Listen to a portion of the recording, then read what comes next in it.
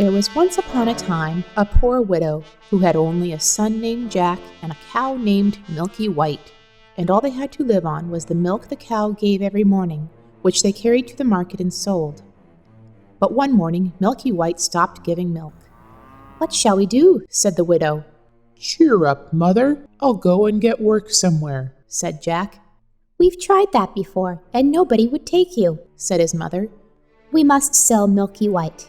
"All right, Mother," said Jack. "It's market day today, and I'll see what I can get for Milky White." So he took the cow and off he started. He hadn't gone far when he met an old man who greeted him warmly. He asked where Jack was going. "I'm going to the market to sell our cow." "You look like a sharp boy," said the man. "So I'm going to make you an offer. Your cow for these beans I have." He pulled out 5 beans and showed them to the boy. "That's hardly enough payment for a cow," said Jack. "Ah, but these are magic beans," said the man. "If you plant them overnight, by morning they grow right up to the sky." "Truly?" said Jack. "Yes, and if it doesn't turn out to be true, you can have your cow back."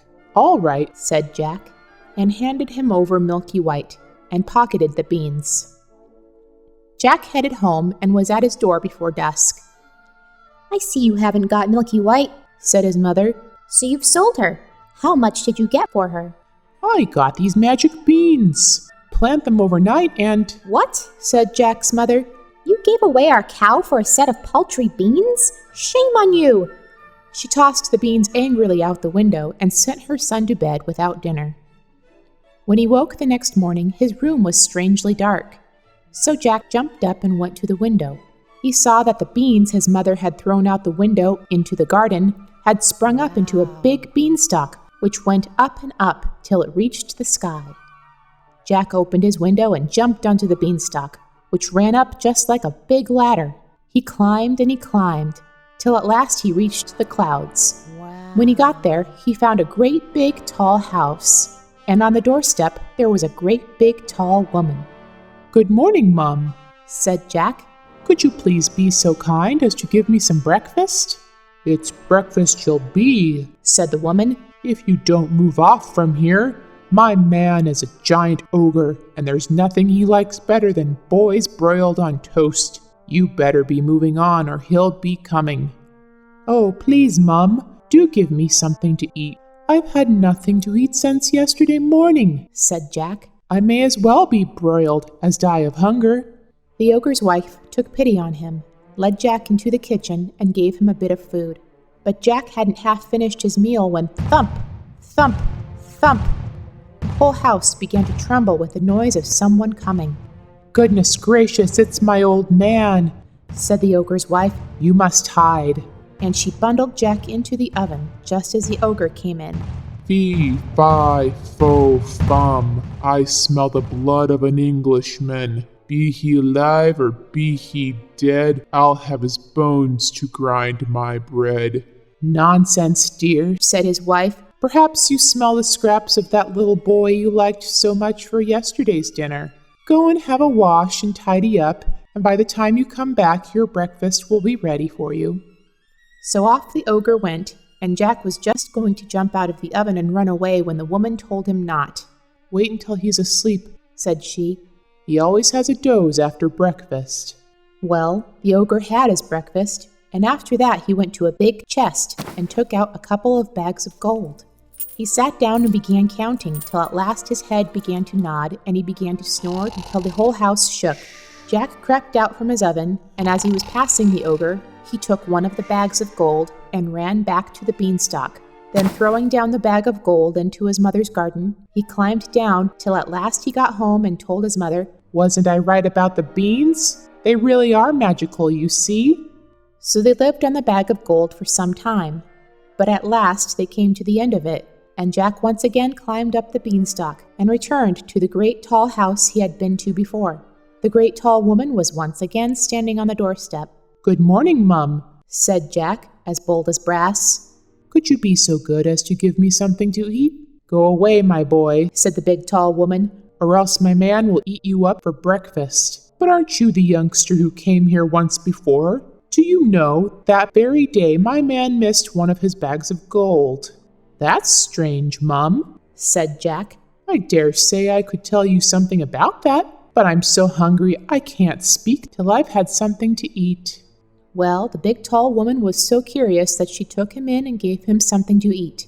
But he had scarcely begun munching it when thump, thump, they heard the giant's footsteps, and his wife hid Jack away in the oven. In came the ogre, Fee, fi, fo, fum. and had his breakfast.